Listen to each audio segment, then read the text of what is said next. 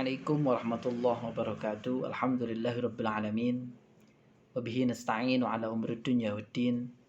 Wassalatu wassalamu ala asyrafil anbiya wal mursalin sayyidina wa maulana Muhammadin wa ala alihi wa sahbihi ajma'in, amma ba'd.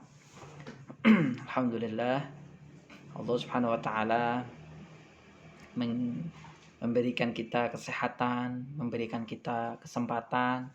Semoga Allah Subhanahu wa taala tetap memberikan hidayah kepada kita sampai nantinya kita akan menghadap Allah Subhanahu wa taala. Amin ya rabbal alamin.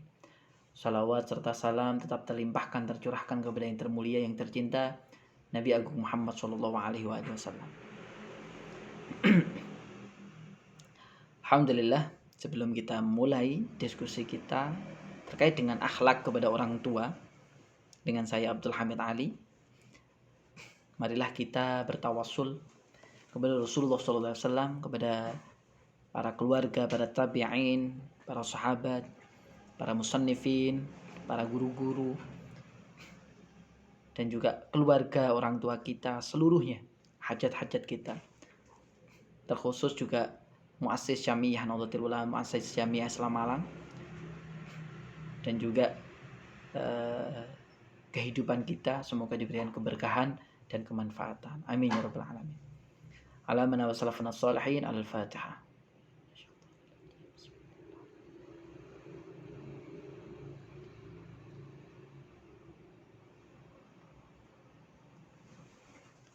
Terima kasih. Terkait dengan akhlak kepada orang tua, dengan saya Abdul Hamid Ali, Universitas Islam Malang.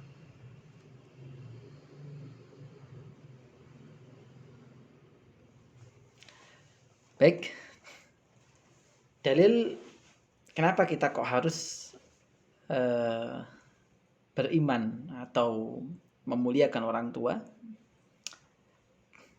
ada bukan beriman ya, kita berakhlak maksudnya kepada orang tua. Ada sebuah ayat di dalam Quran surat Al-Isra ayat 23 yang berbunyi wa qadha rabbuka an ta'budu illa wa qadha rabbuka alla ta'budu illa iyyah. Kurang alifnya itu. Wa qadha rabbuka alla ta'budu illa iyyahu bil walidayni ihsana imma yablughanna 'indakal kibara ahaduhuma aw kilahuma fala taqul lahumu uffi wa la tanharhuma wa qul lahumu qawlan karima. Mohon maaf, itu ada beberapa redaksi kurang alifnya, ya, kurang hamzahnya. Dan Tuhanmu telah memerintahkan supaya kamu jangan menyembah selain Dia, dan hendaklah kamu berbuat baik kepada ibu bapak kamu dengan sebaik-baiknya. Jika salah satu atau salah di antara mereka keduanya sampai berumur lanjut dalam memelihara kamu, mendidik kamu, maka sekali-kali janganlah kamu mengatakan kepada orang tua mereka, dan janganlah kamu bentak mereka, dan ucapkan kepada mereka perkataan yang baik, yang mulia. Ini adalah peringatan bagi kita, jangan sampai kita membantah kepada orang tua. Lakukan apa yang disampaikan oleh orang tua, insya Allah barokah. Mumpung beliau yang masih ada, jangan sampai membuat kita kecewa nantinya ketika beliau sudah wafat. Ayo, yang masih punya orang tua, yang masih punya ibu ataupun yang masih punya bapak, muliakan birrul walidain kepada beliau. Mintakan ampun kepada Allah Subhanahu wa taala. Dan juga di Quran surat An-Nisa, wa'budullaha wa la tusyriku bihi syai'an wa bil walidaini ihsana. Dan kalian sembahlah Allah dan jangan kalian sekutu ia dengan apapun. Dan dengan bersikap baik kepada orang tua. Nah, sampai disandingkan oleh Allah antara sekutu kepada Allah dengan menghormati orang tua. Ini saking mulianya orang tua. Lanjutannya hadis Muslim nomor 1631. Idza matal insan in qata'an ahu amaluh illa min thalath, illa min shadaqatin jariyah aw 'ilmin yuntafa'u bih aw waladin shalihin yad'u lah. Bahwasanya ketika Bani Adam itu wafat, tiga 3 hal yang tidak akan terputus. Yang pertama, sedekah jariah, ilmu yang bermanfaat, dan anak yang soleh yang mendoakan. Oleh karenanya yang sudah wafat orang tua kita, ayo doakan. Doakan beliau berdua, semoga Allah ampuni dosanya, kehilafannya, baik yang diketahui ataupun tidak diketahui. Lanjutkan perjuangan beliau, doakan beliau, dan silaturahim kepada orang-orang yang dekat dengan beliau. Dan juga ada hadits Rasulullah dari Imam Baihaqi, an Anas bin Malik radhiyallahu anhu qala Rasulullah sallallahu alaihi wasallam, man habba ayyumiddallahu bi umri wa yazida fi rizqihi fal yubirra walidayhi wal yusil rahimah. Barang siapa yang ingin, yang suka Allah panjangkan umurnya, Allah tambah rezekinya, maka sepatutnya dia memuliakan orang tuanya, berbuat baik kepada orang tuanya, dan juga menyambung family. Ya, ini ada suatu kisah durhaka kepada orang tua. Ada suatu kisah ini diceritakan oleh Imam Al-Qalyubi di dalam kitab An-Nawadir, Hikayah Ats-Tsaniyah wal Arba'un, bahwasanya menceritakan tentang durhaka kepada orang tua. An Atha bin Yasar, diceritakan Hukia An Atha bin Yasar daripada sahabat Atha bin Yasar. Beliau menceritakan bahwasanya dahulu ada seorang musafir, ya, berkelompok, seorang kaum, mereka berjalan di sebuah tempat, perjalanan gitu ya, terus berhenti. Setelah itu beliau-beliau ini mendengar suara keledai meringis, menangis gitu ya di malam hari. Lalu mereka penasaran, kok kayaknya ada sesuatu yang aneh. Lalu dicari, ternyata orang-orang ini menemukan gubuk dari pelepah kurma. Setelah itu masuk ke gubuk itu, ada seorang perempuan tua. Ditanyai, wahai ibu, wahai ibu, wahai mbah, begitu ya.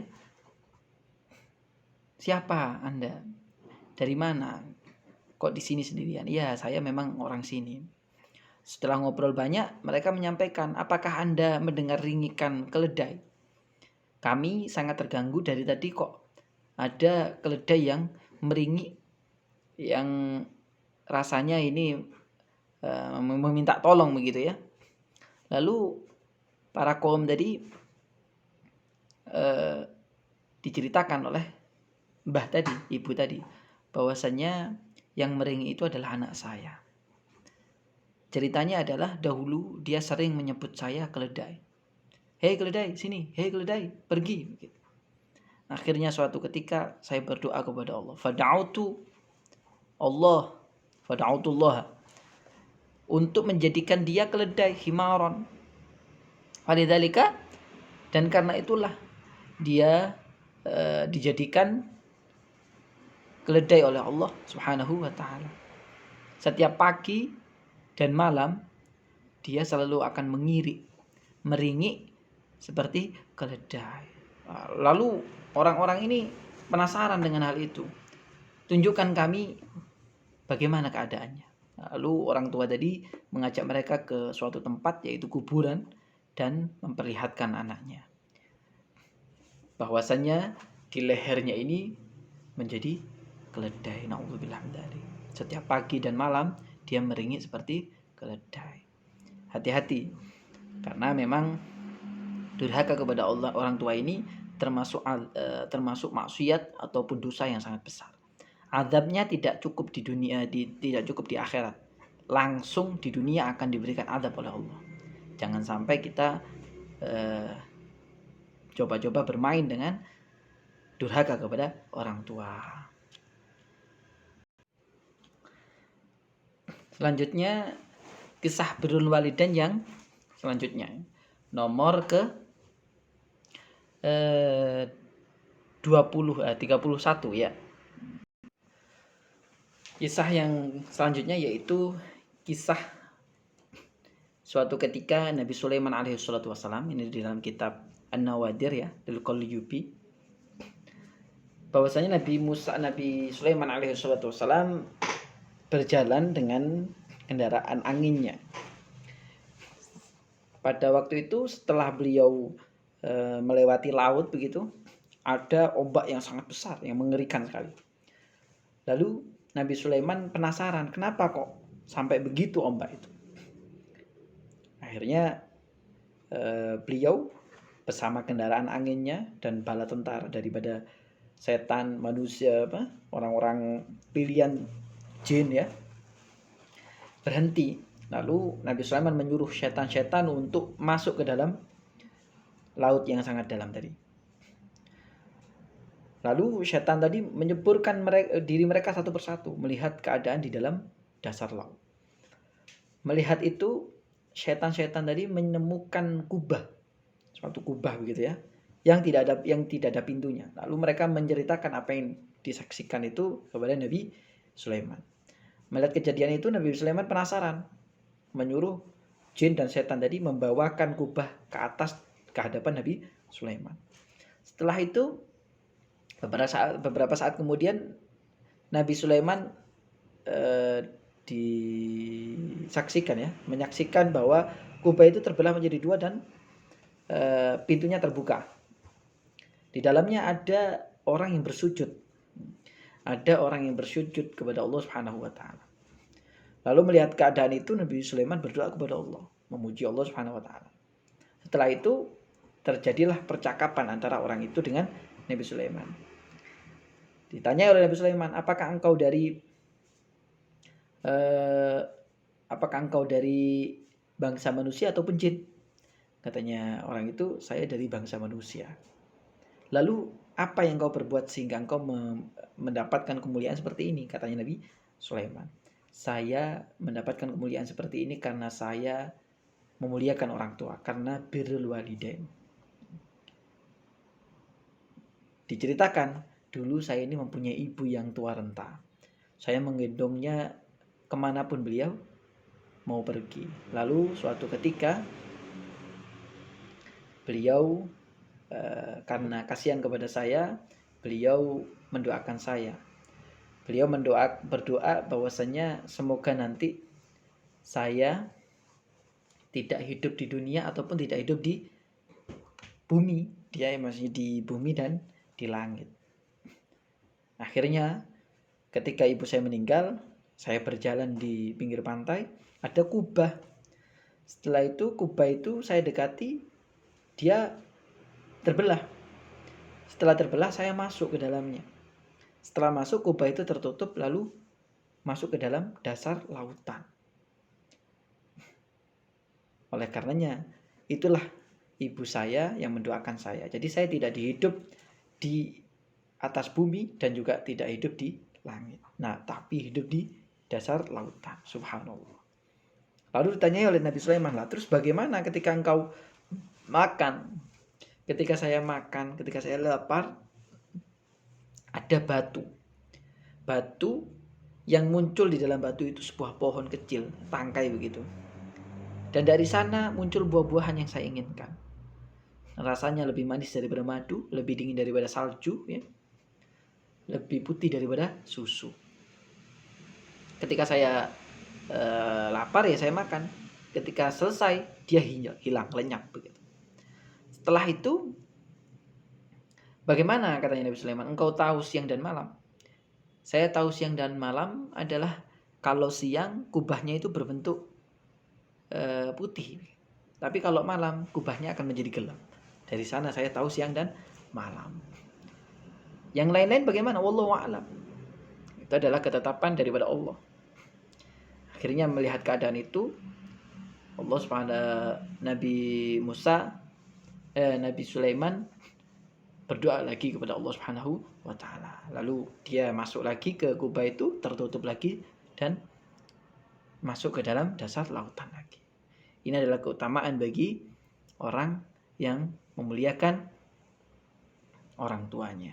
Jadi Masya Allah, sebelum mereka meninggal pun mereka akan mendapatkan keutamaan di muka bumi. Itu adalah pahala daripada balasan daripada orang-orang yang birrul walidain. Selanjutnya,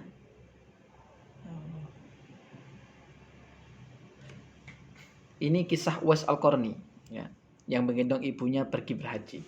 Jadi suatu ketika Uwais Al-Qarni ini hidup sebatang kara dengan ibunya. Beliau ini adalah orang yang tidak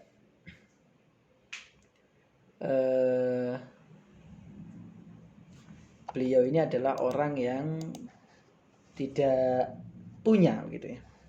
Namun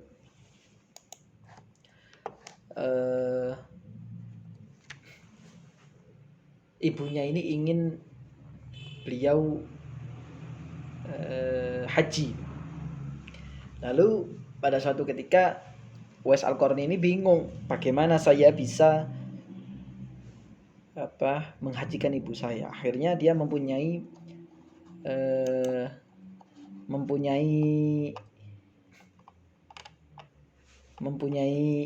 inisiatif begitu. Suatu ketika beliau membeli, ada yang menyampaikan keledai, ada yang menyampaikan kambing. Keledai tadi ada yang menyampaikan pedet begitu ya, sapi yang kecil, anak sapi. Dia ini menggendong keledai mulai dari kecil ke atas gunung, terus turun lagi, ke atas lagi, turun lagi. Setiap hari seperti itu. Sampai keledai tadi atau pedet tadi sudah agak besar, sudah gemuk. Setelah itu karena nggak jelas ya menggendong keledai naik gunung turun gunung, ya diejek oleh orang-orang. Uwais Al-Qarni ini diejek. Akhirnya karena diejek ya dibiarkan saja. Pada musim haji datang ya, Uwais Al-Qarni datang, tiba waktunya dia menghajikan orang tua. Karena orang tuanya tidak bisa jalan, harus digendong. Dia menggendong ibunya pergi ke Mekah untuk berhaji. Sampai tawaf pun dia gendong ibunya memutari Ka'bah. Dan pada saat di Arafah dan tawaf di Ka'bah, ini ibunya terharu sampai bercucuran air mata melihat Baitullah. Di hadapan Ka'bah, ibu dan Uwais berdoa, "Ya Allah, ampunilah dosa ibuku," kata Uwais. Lalu ibunya bertanya, "Bagaimana dengan dosamu, wahai Uwais?" Dia menjawab, "Dengan terampuninya dosa engkau ibuku, maka ibu yang akan masuk surga. Cukup ridho dari ibu yang akan membawa saya ke surga, ya Allah Subhanahu wa ta'ala." Jadi ini adalah kebaikan Uwais Al-Qarni. Ini yang menyebabkan Nabi Muhammad SAW meminta sahabat Umar dan Ali bin Abi Thalib untuk meminta doa kepada Uwais Al-Qarni. Saking utamanya beliau. Beliau tidak terkenal di muka bumi, tapi sangat terkenal di antero langit. Kita tidak pernah tahu siapa yang dimuliakan oleh Allah di muka bumi. Bukan yang banyak follower, bukan yang banyak dikenal orang. Tapi terkadang mungkin ada tukang becak di sana. Ada orang yang berjualan tidak laku tapi bersabar kepada Allah. Kita tidak pernah tahu siapa yang terkenal di mata Allah Subhanahu wa ta'ala. Selanjutnya, berbakti kepada orang tua yang masih hidup. Bagaimana? Taat kepada beliau ya.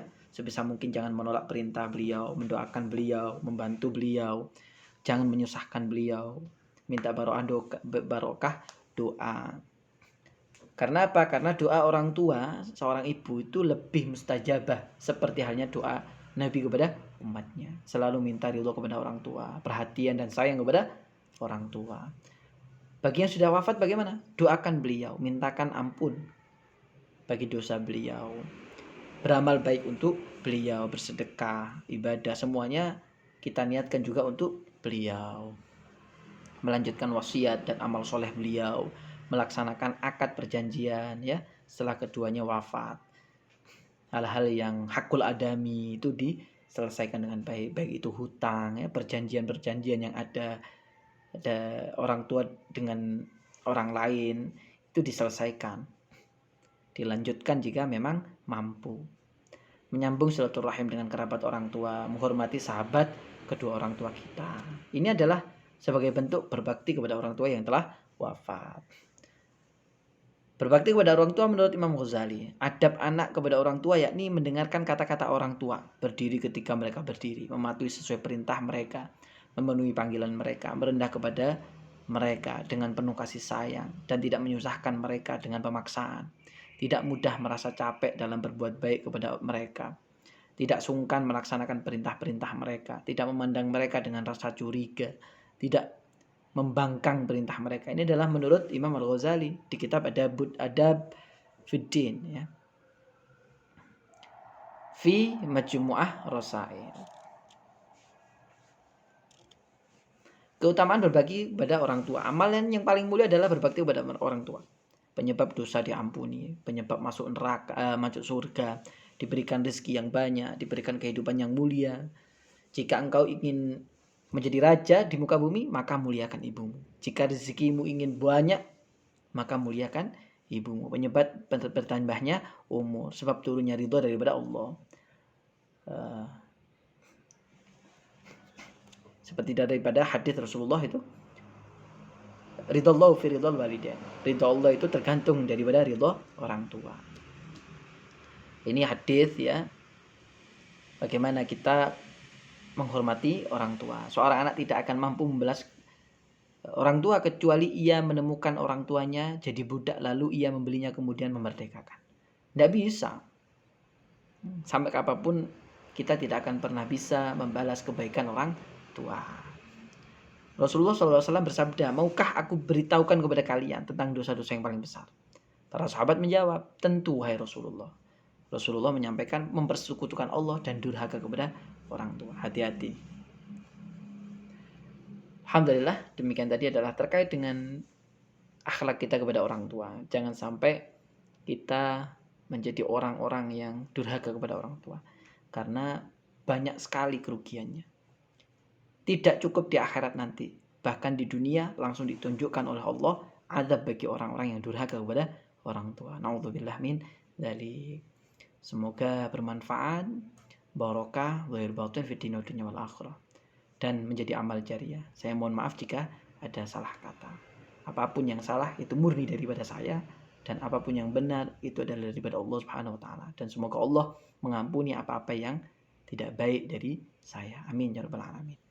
Allahul muwaffiq ila aqwamit thoriq. Wassalamualaikum warahmatullahi wabarakatuh.